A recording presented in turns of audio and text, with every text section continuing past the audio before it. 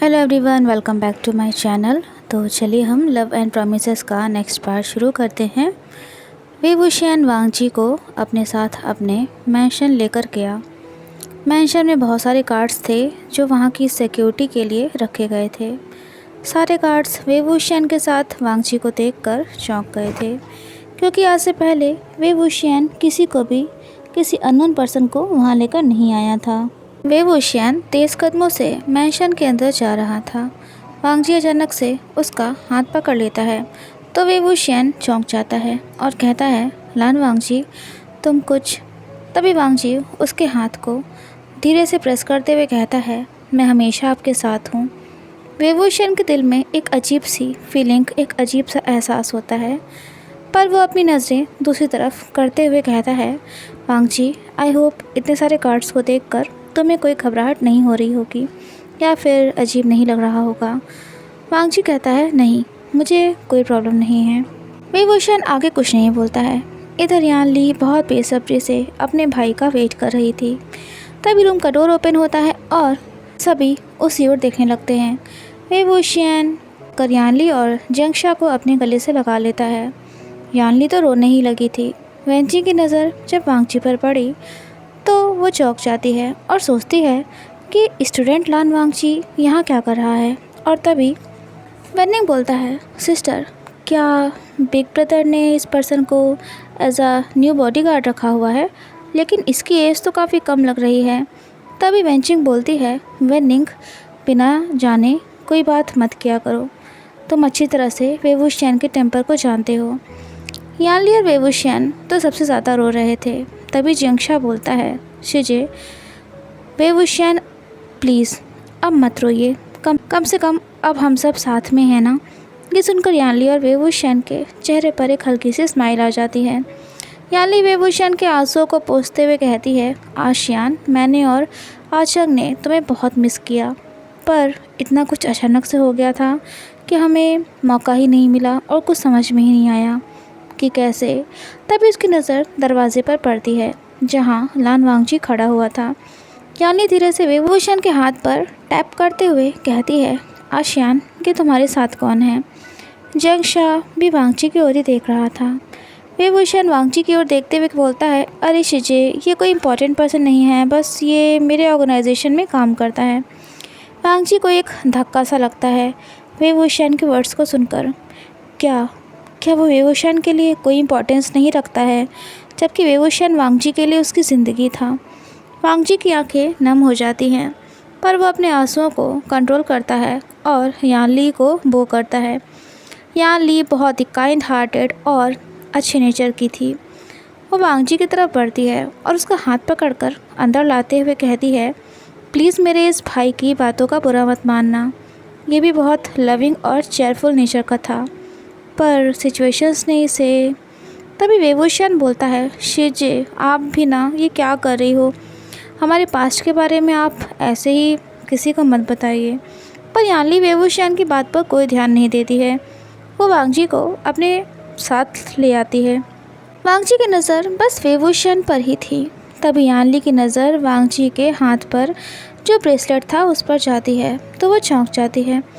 यान ली उस ब्रेसलेट को टच करते हुए वांगजी से बोलती है कि ये ब्रेसलेट तुम्हें किसने दिया है। तो वांगजी बोलता है, ये ब्रेसलेट मुझे किसी मेरे बहुत इंपॉर्टेंट पर्सन ने दिया था। यान ली सुनकर स्माइल करती है और कहती है, आशियान क्या तुम्हें ये ब्रेसलेट देखकर कुछ याद आया। सेम ऐसा ही ब्रेसलेट तुम्हारे पास था जो कि तुम्हारा फेवरेट हुआ करता था। वे वुशियान वांगजी के हाथ में उस ब्रेसलेट को बहुत गौर से देखता है। तभी वो स्माइल करता है और कहता है, शिजे आप भी ना जाने मेरे पास कितने ब्रेसलेट्स रहे होंगे, और वैसे भी इन 10 सालों में काफ़ी कुछ बदल चुका है, अब मैं क्या क्या याद रखूं। वांगजी उदास हो जाता है। यान ली देख लेती है और धीरे से वे वुशियान के कंधे पर मारते हुए कहती है, आशियान क्या तुम थोड़ा अच्छे से बात नहीं बोल सकते हो। भले ही तुम्हारे लिए कोई चीज़ इम्पोर्टेंस नहीं रखती है, पर किसी दूसरे पर्सन के लिए वो इम्पोर्टेंट है। तभी वांगजी बोलता है, आई थिंक अब मुझे अपने घर वापस जाना चाहिए। उसकी आंखें नम थीं और वो खुद को कंट्रोल नहीं कर पा रहा था। तभी यान ली कहती है, सॉरी मैंने तुम्हारा नाम नहीं पूछा। ये सुनकर वांगजी खुद को इंट्रोड्यूस करता है।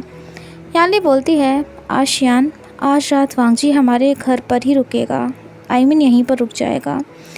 ये सुनकर वे वुशियान, वेनचिंग, वेननिंग, जियांगशा और यहाँ तक लान वांगजी भी शॉक्ड हो गए थे।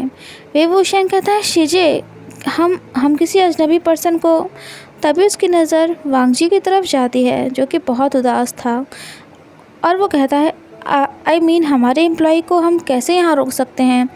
यानली वेइंग के सिर पर अपना हाथ फेरते हुए कहती है, आशियान, आई नो कि तुम क्या कहना चाह रहे हो, पर रात का 12 बज रहा है। क्या इस टाइम पर तुम इसे वापस भेजोगे, इतनी रात को अकेले?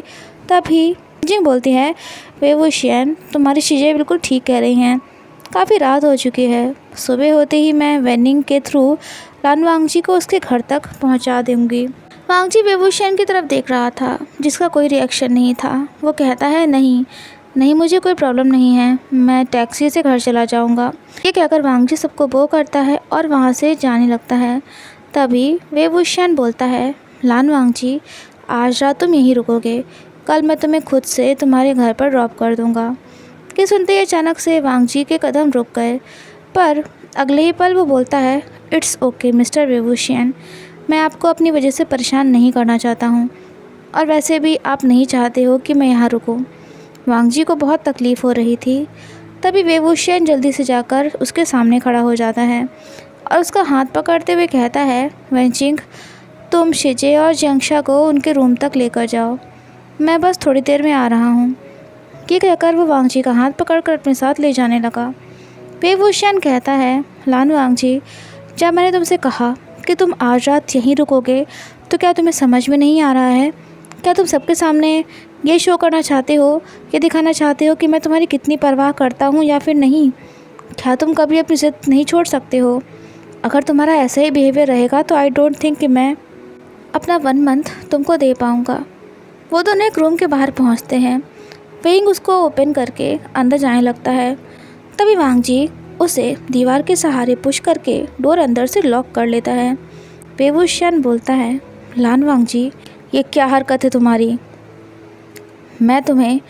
पर तभी वांगजी वे वुशियान के लिप्स पर पैशनेटली डीपली किस करने लगता है। उसने अपनी टंग को वे वुशियान के माउथ के अंदर स्लाइड कर दिया था। वे वुशियान अपने हाथ से वांगजी को पुश करने की कोशिश करता है, पर तभी वांगजी उसके दोनों हाथों को दीवार पर पिन कर देता है। वो वे वुशियान को बहुत पैशनेटली, सिडक्टिवली, डीपली किस कर रहा था और उसकी बंद आंखों से आंसू बह रहे थे। वे वुशियान की ताकत वांगजी की पकड़ के आगे कमज़ोर हो गई थी।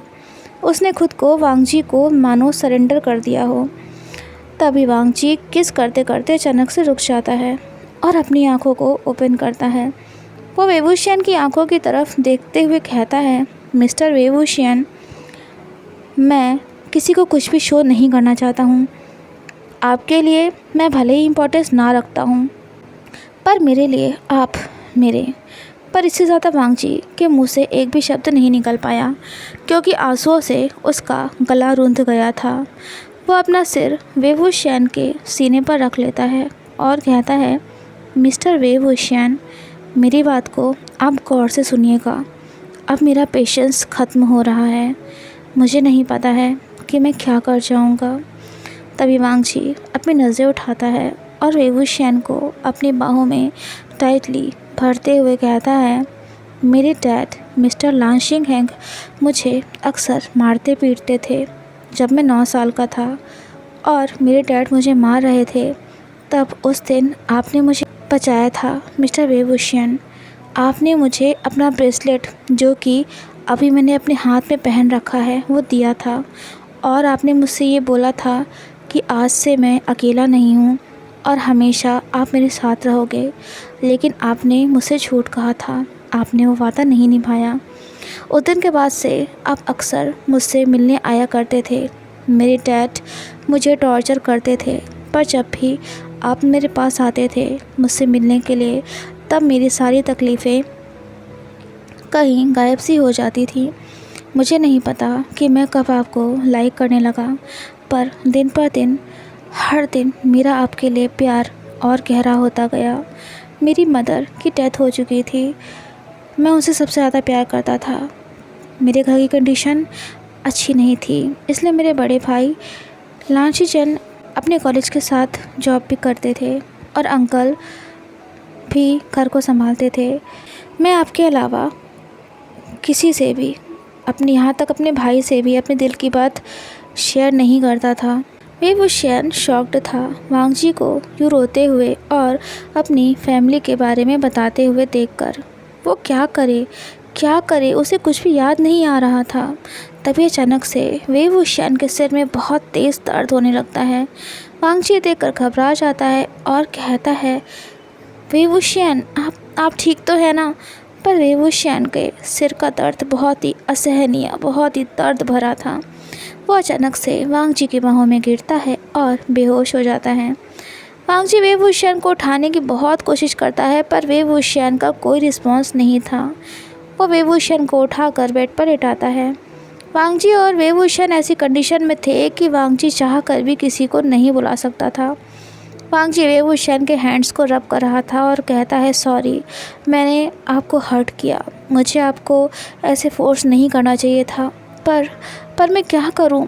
आप हर बार मुझे अपने से दूर पुश करने लगते हैं। 10 मिनट बीत चुके थे। वांगजी की आंखों के आंसू सूखने लगे थे। तभी अचानक से वेवू शैन की आंख खुली।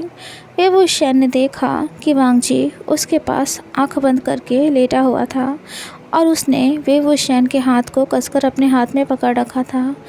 वेवू शैन की आंखें नम थीं। उसे एक हल्की सी याद आई थी। 10 साल के बच्चे की याद आई थी जिसके लिए वेवू शैन आइसक्रीम लेकर आया था, पर यह याद बहुत ही धुंधली सी थी। वो प्यार से वांगजी की आंखों को अपने हाथ से टच करता है। तभी अचानक से वांगजी चौंक जाता है। वो जब वेवू शैन को होश में आया हुआ देखता है तो वो तुरंत उसे अपने सीने से लगा लेता है और रोते रोते कहता है, आपने मुझे डरा दिया था मिस्टर वेवू शैन। प्लीज़ मुझे अपने से दूर मत करिए। मैं आपसे और कुछ भी नहीं मांग रहा हूँ। मैं आपसे बहुत बहुत प्यार करता हूँ। पता नहीं क्यों आप मुझे भूल गए। मेरे दिल दिमाग में आज भी आपकी हर एक बात याद समाई हुई है। वांगजी ने वेवू शैन को टाइटली अपनी बाहों में भर लिया था। वेवू शैन एक अनाथ था जिसको 18 साल की उम्र में जियांग फैमिली ने अपनी फैमिली का हिस्सा माना था और एक्सेप्ट किया था, पर उसकी आंखों के सामने ही वेनरुओ हान ने पूरी जियांग फैमिली को बर्बाद कर दिया था। मिस्टर जियांग फेंगमियान और मैडम यूजी युआन की डेथ हो गई थी। सिर्फ यानली और जंगशा बचे हुए थे, वो भी सिर्फ इसलिए क्योंकि वेवू शैन ने उन्हें एक सेफ प्लेस पर भेजकर खुद को वेनरुओ हान के हवाले कर दिया था। वेवू शैन को न जाने कितने टॉर्चर का सामना करना पड़ा था। इसी वजह से उसकी बॉडी पर इतने सारे निशान थे। लेकिन आज जब वेवू शैन को फिर से किसी की बाहों में उस वार्मथ का, उस प्यार का एहसास हुआ जो वो काफ़ी टाइम पहले खो चुका था, तो वो खुद को रोक नहीं पा रहा था।